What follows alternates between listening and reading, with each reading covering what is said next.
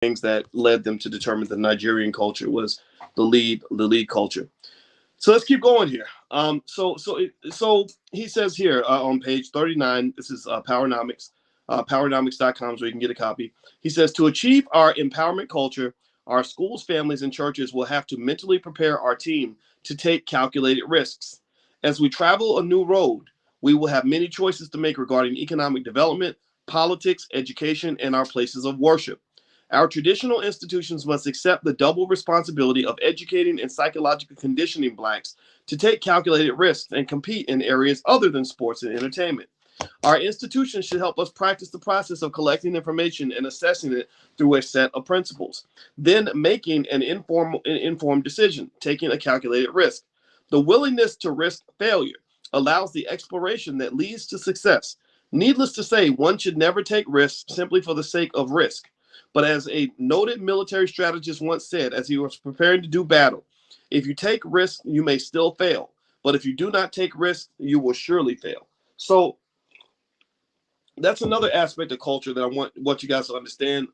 I had a friend who was writing a book about entrepreneurs, and she looked at different ethnic groups and the likelihood that they would actually own their own businesses. Now, she was very wealthy. Her father was an immigrant from India, and they owned literally this 100,000 square foot mall. That's how wealthy the family was. And she was we had a lot of trust, so she was able to ask me questions that maybe she couldn't ask in public because I know her heart, and I was okay answering those questions. So she said, I don't understand, why don't black people start businesses? She said, I couldn't understand it. She said, relative to their percentage in the population, they are far less likely than almost any other group to start their own business. And what she concluded, which I agree with, is that she said that when you think about taking a risk, you are thinking about one of two things. You're either thinking about the reward or you're thinking about the potential loss.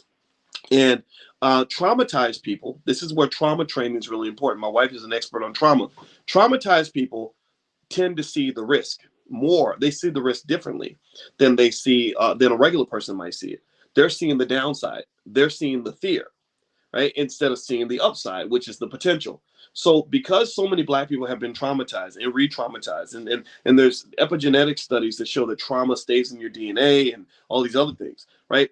They say that we tend to see the scary part of taking a risk. So if you've ever, for example, tried to start a business and you had those relatives that were warning you, like they were claiming to be helping you, but all they're doing is feeding you negative energy by telling you all the things, all the horrible things are going to happen if you fail, and that you'll never get another job, and how you're going to pay the bills, and you and the baby going to be homeless, and right, all these things that don't exactly inspire confidence in what you're trying to do. And then they'll just sit there and watch you fail. They won't even try to help you succeed. They'll just watch you fail, and then when you fail, they say, "See, I told you so." Right? So a lot of you have relatives like that. Well, a lot of that comes from that trauma trigger, where so many of us are very high on the trauma scale in either in our lives or even in our DNA. Again, this stuff, epigenetic studies show that this is actually inherited from parent to child. So what he's saying, what Dr. Anderson is saying here on page 39 in the book Powernomics, is that you have to train yourself to take some calculated risks. One of the great assets that black people have, in my view, is this thing called faith. A lot of people talk bad about the fact that so many black people go to church. I don't do that. I don't speak ill on the black church because I know black churches are different. There's tens of thousands of black churches. They're not all the same. And I will say this, I have found that faith is a wonderful asset to have in my possession when I'm trying to accomplish a goal. I don't go to church. I ain't gonna lie. When on Sundays, I am usually at home watching a football game or taking a nap. One of the two. I'm not in church. I'm not putting money in the tithe bucket. No disrespect, but that's just not what I do. But I have found that faith, being able to believe in things that are unseen, and to know that things are going to happen, and to know that if you just keep going down the road, things will eventually get better. Faith is critical in everything that I do.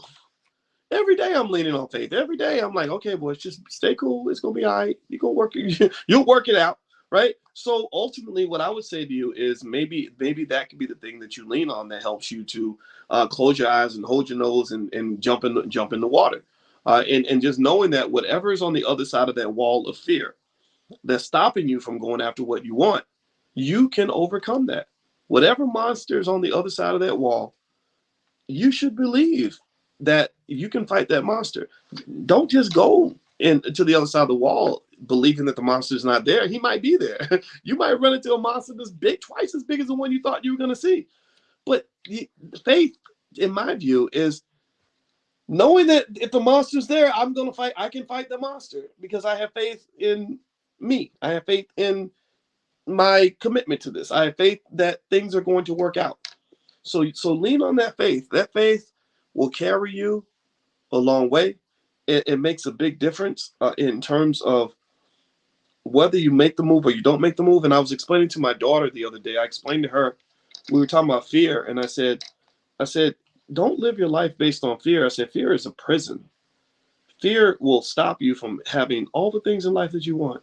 Every single thing that you ever want, you're going to miss it because you're going to be in the prison of fear. So you got to find a way to get out of jail. A lot of us are in jail right now. So let me keep going. Let me keep reading. And by the way, some of you are asking about the convention and stuff like that. If you want to learn more about the convention or the event we're doing in Chicago on the 15th, go to boycewatkins.com. Just click on the events link, and it's all right there. And also, if you want to be a vendor at the convention, if you have a business you'd like to sell at the convention, a lot of people make money. I talked to Mary Dean, and she said that she spent $1,000 to go to one of our events, and she made $11,000 from her clients or something like that. So there's a lot of people there that are prepared to buy black. We fully expect to sell out. So if you are a vendor or a business owner, or you want to be a sponsor, you want us to market your business to, I'll personally market your business to all of the people that are there, then feel free to go to boycewatkins.com, click on events, look for the All Black National Convention, and all that's there. And also discounted hotels and everything is there. And don't forget, we'll be in New Orleans July 1st through the 3rd. And that's going to be a training, a 3-day training that you can participate in. That's going to be really good. So let me keep going here. All right, so page 39, Dr. Anderson says that the second key to empowerment is having a group vision. A group vision functions to provide a clear collective destination and a sense of how it should be achieved. Black Americans are very fortunate to have survived nearly 4 centuries of slavery and Jim Crow semi-slavery without a vision of where they should be going and how they should get there. We did not even have the benefit of a group dream until the end of the Black Civil Rights Movement. The dream, however, was based on very broad and amorphous concepts of freedom, equality, and justice. All of these concepts are relative and difficult to define. On the other hand, they are palatable and excellent motivators, especially for a group whose acceptable options at the time were relegated to marching and demonstrating. Today, we need more practical, tangible, and measurable racial goals and supportive activities that bear directly on resolving our wealth inequality or inappropriate behavior patterns. We should accept nothing less. History is full of examples of how oppressed groups envisioned their escape by taking power for themselves. For those who did obtain freedom or justice, their vision was always the key that unlocked the door to their group's resources. In biblical times, Moses had a vision for his people that drove him and thousands of poor Jews through almost insurmountable obstacles to the envisioned promised land. Moses had a vision, not a dream. A vision means the mind's eye is wide open. A dream implies the mind is asleep. Jews today remain committed to Moses' vision of a powerful, self-sufficient minority religious group.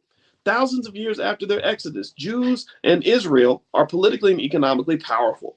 There are more recent examples here in the United States of a majority group with a group vision. Generations of poor European immigrants came to the country with a vision of expropriating Indian land and using free black labor to shape a new world. This vision resulted in the building of the United States of America, the world's greatest superpower.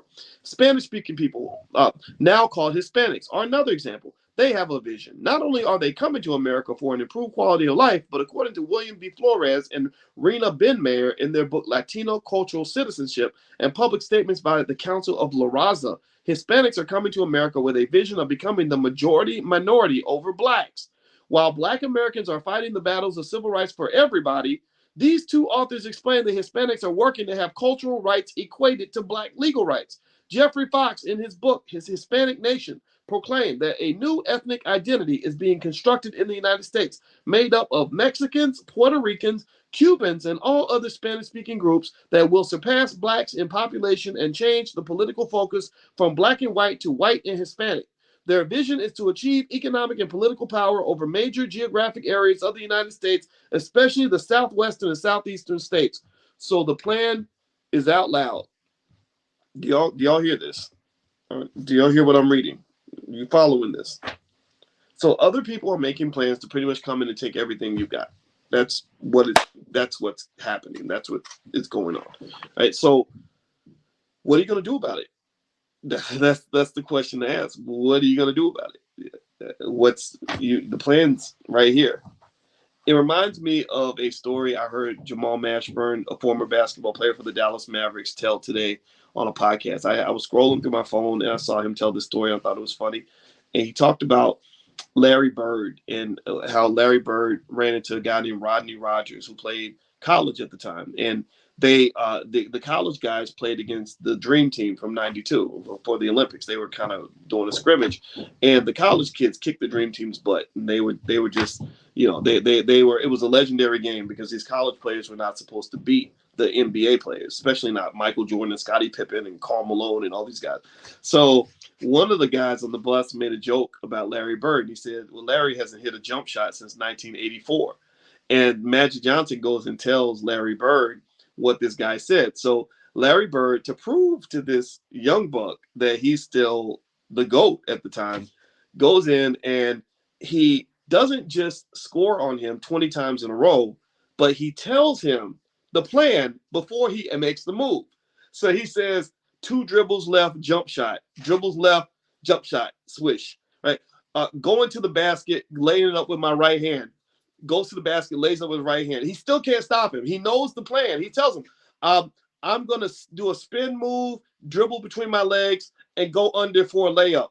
Dribble, spin move, under, go layup, right? So even though he's telling this guy what the play is going to be, he's literally saying out loud what the next move is, he still can't stop him because Larry Bird's power as an athlete was so superior to his own.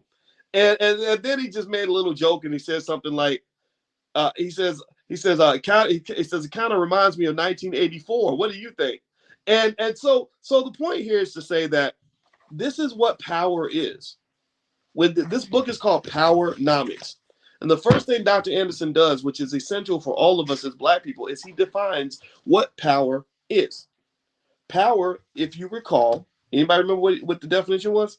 Power is the ability to pursue your agenda despite the opposition of others. He did not say that power is the ability to pursue your agenda as long as the Democrats are in office. He didn't say power is the ability to get things done as long as white folks say it's okay. He didn't say that. He never said, there's no condition to power. Power is unconditional. Power means that, like this book says, like the Hispanic community has power because they put themselves first. We're B1, they're H1. So they literally came in and said, here's our plan. We're going to put it in books. We're going to tell everybody the plan, and everybody can hear it because it don't matter if you can hear it because you're not going to stop it. What are you going to do? You can't stop it because power is the ability to pursue your agenda despite the opposition of others. So every time you hear a Negro say something like, well, we would have more Black-owned businesses, but every time we start them, white people tear them down, you need to correct him. That's not power. You're not speaking as an empowered person. Dr. Anderson talks about the development of an empowerment culture. Well, you can't have an empowerment culture if you're always making excuses and explaining why the other team is more powerful than you. That's not an empowerment culture. I don't know what that is, but it's not empowerment. Right? So or if I hear people say, well, why should we build another Black Wall Street? All they're going to do, they always burn it down anyway. Well, that's not power. That's not power talk. Or somehow trying to convince Black people that they need acceptance from anybody to achieve their goals. That is not power. That is, I don't know what that is. Maybe some allyship. Like maybe if you get the right allies, then white folks are going to have a change of heart and decide to start giving everything away. And then they're going to start really taking care of Black people. You keep believing that fairy tale. That's a dream. I don't have a dream. I have a vision. A vision is different from a dream. A dream is what you have when your mind is asleep. A vision is what you have when you're extra woke. My vision, I have a few different visions, but one of them, if you want to know, is something I call Project 2070. Project 2070 is that in my vision, if we do basic things right now in this generation, by the year 2070, B1 children, our descendants, will lead the world in economic training. They will lead the world in business development. They will lead the world when it comes to education and investing and everything in between, because they are going to be so deeply entrenched with this idea that we are meant to win and that we expect nothing less from our kids. We expect you to work hard. We expect you to invest in yourself. We expect you to take care of your family. We expect you to build. We expect you to start things. We expect you to come together as a group and accomplish things. So Project 2070 is basically where I believe that in 2070, they're going to look at us the same way we look at the Jewish community. Not all of us. Not all of us. I'm talking about the core of us. Those of you in this space that they get what I'm saying. You are the ancestors. You're planting the seed. So plant that seed. So let's keep going. He says, whether Jews, European whites, or Hispanics, all of these groups have used their group vision to move their people. The collective vision is in the mind's eye of the group, and it plays a vital role in guiding the group's behavior. Our national empowerment vision will function the same way. It will be used to focus our attention, give us a single-minded purpose, serve as a template for decision-making, and establish group direction. For example, when Black America is asked then which way is north, they will not all point in different directions. Their direction will be anchored in reality. Black America must have a vision that describes what Black people need and what they are capable of becoming by a specific year in the future. In order not to be pie in the sky, the vision must be linked to a realistic plan. A plan. A plan. A plan. What's another plan? I've told you guys 85 million times about the $5 a day plan. I hope you will consider. Again, you go to blackmoneyminute.com. Blackmoneyminute.com is where it's listed. It's right there. It's a free ebook. You can get it. If you don't understand it, it's very simple though. Very simple to execute. Invest $35 a week in some sort of index fund for every child. Each child gets their $5 a day invested for them. You do not sell those assets. You do your best to make sure you don't sell under any circumstances. And then by the time your child is 25 years old, they're going into the game ready to play. They're going in with $100,000 or more in liquid assets. They're going into the game with all kinds of economic knowledge. They're going into the game with a strong sense of self-awareness. They love being Black. They want to contribute. They want to work together. They understand all these things that I'm teaching you guys every single week. They understand these things to the core because they grew up in the culture. It's blackmoneyminute.com. Black Money Minute. I do my Black Money Minute, so I put blackmoneyminute.com. I bought that URL. That's what I use for that. Okay, so I want you to implement some sort of plan. What is your plan? I think this is a good time to kind of close down for today. Another thing that you guys can feel free to take a look at is I put together a mini course that I call the Black Economic Survival Plan, and it's actually, well, the title is called The Rules of Economic Self-Defense, and I'll do a quick screen share so you guys can see what it looks like. So economic self-defense, if you go to economicsurvivalplan.com, you can take a look. And it's basically designed to allow you to understand how money plays a role in your life, how to build wealth with your family, how to avoid a financial deadly lifestyle, how debt is related to slavery and how it works, why jobs are very risky, the keys to Blacks owning everything, forming an economic family, etc. So there are several lectures in this curriculum, Black Wealth and Only Growth We Sacrifice for the Future, where these rules come from and how they work, the options of everything. So what I do actually in one of the lectures is I go through 7 rules of economic self-defense. And the reason I put this lecture together is because economic warfare is a very real thing. And so economic warfare, if you want to look at examples of economic warfare, just go to Russia. If you look at the United States and Russia, they're engaged in economic warfare right now. The Chinese are masters of economic warfare.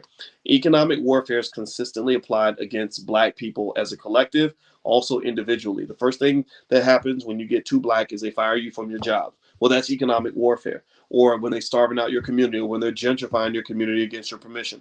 All these are forms of economic warfare. So I want you to be trained on how to survive it and how to be prepared to fight against it. So ultimately, if you'd like to take a look at that mini course, and again, don't forget, you can use the code word Dr. Boyce to get 20% off anything in the Black Business School, all one word. Just go to economicsurvivalplan.com. That's economicsurvivalplan.com. Everything you get there, all the lectures, all the slides, it's yours for life. And the fee is $199. But again, Dr. Boyce will give you 20% off. So feel free to go to economicsurvivalplan.com. Somebody write that in the chat so everybody can have it. It's economicsurvivalplan.com. So feel free to go there and take a look. Okay, guys, I'm about to head on out. It was real. I hope you all learned something today. And don't forget, next week we're going to meet again. Same time, same bat channel, 8:30 Eastern, And so you can log in at blackkeystogreatness.com to also get access to your life class materials as well. And hope you guys have a good night, and I'll see you soon. So take care, everybody. Talk to you later. Bye-bye.